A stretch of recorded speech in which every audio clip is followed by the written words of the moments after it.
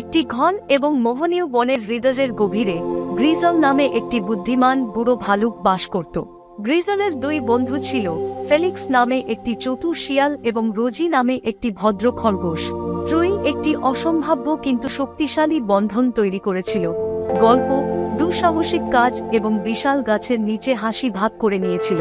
একদিন যখন বন্ধুরা একটি বুদ্বুদ স্রোতের কাছে জড়ো হয়েছিল, গ্রিজল বাতাসে একটি পরিবর্তন অনুভব করেছিল। সে চিন্তাশীল ভাব নিয়ে ফেলিক্স আর রোজির দিকে তাকাল।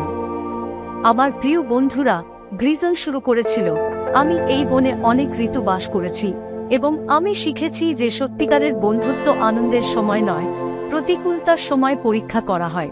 কৌতূহলী ফেলিক্স এবং রোজি কৌতূহলী দৃষ্টি বিনিময় করলেন, ভাবছিলেন গ্রিজলের অর্থ কি। এমন একটা সময় আসবে, গ্রিজল চালিয়ে গেলেন, যখন বন চ্যালেঞ্জের মুখোমুখি হবে এবং সেগুলি কাটিয়ে উঠতে আমাদের একে অপরের শক্তি এবং আনুগত্যের উপর নির্ভর করতে হবে। আমি আমাদের বন্ধনকে শক্তিশালী করার জন্য একটি ছোট পরীক্ষার প্রস্তাব করছি। গ্রিজল ব্যাখ্যা করেছিলেন যে তিনি বনের হৃদয়ের গভীরে একটি ধন লুকিয়ে রেখেছিলেন। ধন একটি জাদুকরী স্ফটিক যা তাদের বন্ধুত্বের সারাংশ ধরে রেখেছিল। শুধুমাত্র তাদের অনন্য প্রতিভাগুলিকে একত্রিত করে আনলক করা যেতে পারে। একটি দুঃসাহসিক কাজের সম্ভাবনা দেখে উত্তেজিত ফেলিক্স, রোজি এবং গ্রিজল বনে রওনা হন। পথের মধ্যে তারা এমন চ্যালেঞ্জের মুখোমুখি হয়েছিল যা তাদের বুদ্ধি, গতি এবং দয়ার পরীক্ষা করেছিল। গ্রিজল শক্তিশালী এবং জ্ঞানী হওয়ার কারণে শক্তি এবং প্রজ্ঞার প্রয়োজন এমন বাধাগুলি মোকাবেলা করেছিল। ফেলিক্স তার চতুর মন দিয়ে ধাঁধা সমাধান করে এবং জটিল পরিস্থিতিকে ছাড়িয়ে যায়। রোজি তার কোমল স্বভাবের সাথে বনের প্রাণীদের প্রশান্তি দিয়েছিল যা তারা তাদের ভ্রমণে দেখা হয়েছিল। যেহেতু তারা বনের গভীরে প্রবেশ করেছে, চ্যালেঞ্জগুলি আরও জটিল হয়ে উঠেছে।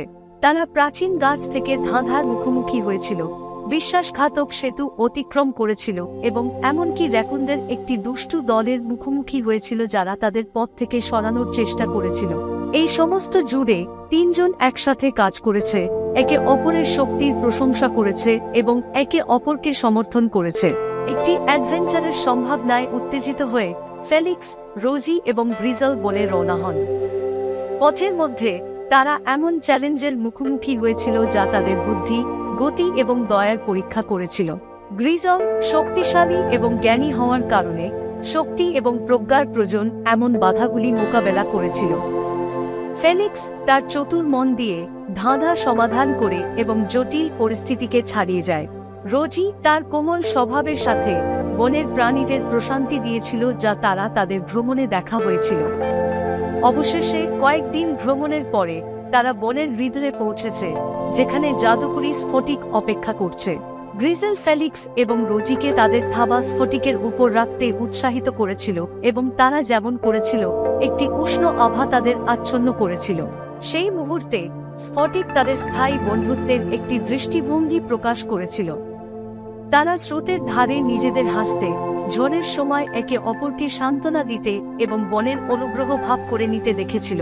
দৃষ্টি জোর দিয়েছিল যে তাদের বন্ধন কেবল চ্যালেঞ্জগুলি অতিক্রম করার জন্য নয়, বরং একসাথে লালিত স্মৃতি তৈরি করার বিষয়ও ছিল। গ্রিজল তার বন্ধুদের দিকে এক পলক নিয়ে তাকাল। আপনারা দেখেন, আমার প্রিয় বন্ধুরা, সত্যিকারের ধনটি স্ফটিক নয়, বরং আমরা যে মুহূর্তগুলি ভাগ করি এবং একে অপরের মধ্যে শক্তি খুঁজে পাই।